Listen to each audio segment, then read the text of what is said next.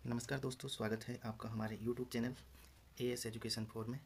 आज हम चर्चा करेंगे पर्वतों की। पर्वत यानी कि माउंटेन्स क्या होते हैं तथा कितने प्रकार के होते हैं। तो चलिए बिना देरी किए हुए शुरू करते हैं आज का सेशन।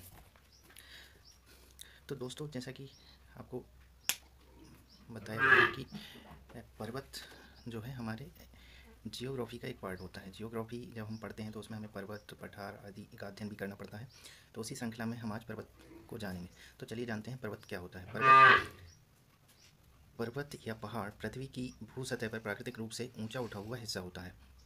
तो पृथ्वी की सतह पर जो प्राकृतिक रूप से उभरा हुआ या उठा हुआ जो हिस्सा होता है, जो ज़्यादातर आकस्मिक तरीके से उभरा होता है और पहाड़ी से कुछ बड़ा होता है, उसे हम पर्वत कहते हैं। तो पर्वत ज़्यादातर एक लगातार समूह में होते हैं। अब बात करते हैं कि पर्वत कितने प्रकार के होते हैं। तो पर्वत प्रमुखतः 5 प्रकार के होते हैं। पहला है बलित पर्वत, दूसरा है भ्रंशोत पर्वत या ब्लैक पर्वत, होस्ट पर्वत, ज्वालामुखी पर्वत और अपशिष्ट पर्वत। ये प्रमुख रूप से 5 प्रकार के पर्वत देखने को हमें मिलते हैं। बात करते हैं बलित पर्वत की, जिसे कि हम फोल्डेड माउंटेन भी कहते हैं। बलित पर्वत यानी कि फोल्डेड माउंटेन, ये तब बनते हैं जब पृथ्वी की टेक्टोनिक चट्टानें एक दूसरे से टकराती हैं या सिकुड़ती हैं, जिससे पृथ्वी की सतह में मोड़ के कारण उभार आ जाता है। दुनिया में लगभग सभी बड़े और ऊंची पर्वत या मोड़दार पर्वत कहलाते हैं। यानी कि दुनिया में सबसे ज़्यादा बलित प्रकार के ही पर्वत पाए जाते हैं। जो बड़े बड़े पर्वत होते हैं, जो मोड़दार पर्वत जो हमें दिखाई पड़ते हैं पृथ्वी की सतह पर, वो बलित पर्वत कहलाते हैं। और ये जब बनते हैं जब पृथ्वी की जो टेक्टोनिक चट्टानें हैं एक दूसरे से टकराती हैं। टेक्टोनिक थ्योरी आपने जियोग्राफी में अध्ययन किया हुआ हो तो उसमें बताया गया है कि दो प्लेटें, जो टेक्टोनिक थ्योरी है उसके थ्रू, दो प्लेटें जो आपस में टकराती हैं तो उसका एक नीचे की तरफ धंस जाती है और दूसरी प्लेट ऊपर की तरफ उठ जाती है, जैसे कि एक उभार सा दिखाई देता है। पृथ्वी की सतह पर मोड़ पड़ जाता है और उसके कारण उभार आ जाता है। इसे हम युवा मोड़दार पर्वत या बलित पर्वत कहते हैं। इसके प्रमुख उदाहरणों में जैसे कि हिमालय है, एंडीज, राकीज, यूराल और आल्प्स पर्वत इसके प्रमुख उदाहरण हैं। दूसरा हम बात करते हैं भ्रंशोत पर्वत या ब्लैक पर्वत की।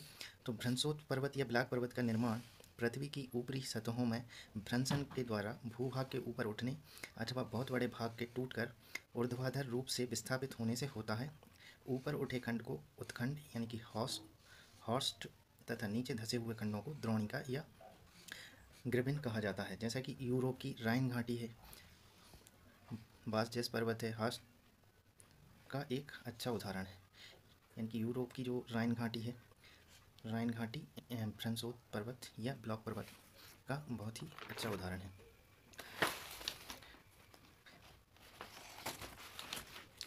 आगे हम बात करते हैं ज्वालामुखी पर्वत की। ज्वालामुखी पर्वत जिन पर्वतों का निर्माण पृथ्वी के अंदर से निकलने वाली लावा के उद्गार के जमाव से होता है उन्हें ज्वालामुखी पर्वत कहते हैं। यानी कि पृथ्वी पर जो ज्वालामुखी होते हैं उनसे जो उद्गार होता है उसका जो जमाव, जो लावा जैसे कहते हैं, लावा इकट्ठा होकर जो जमाव हो जाता है उसे हम ज्वालामुखी पर्वत कहते हैं। इसके प्रमुख उदाहरण बर्मा का माउंटेन पोपा है, मोना लोवा है, विसुवियस आदि इसके उदाहरण हैं।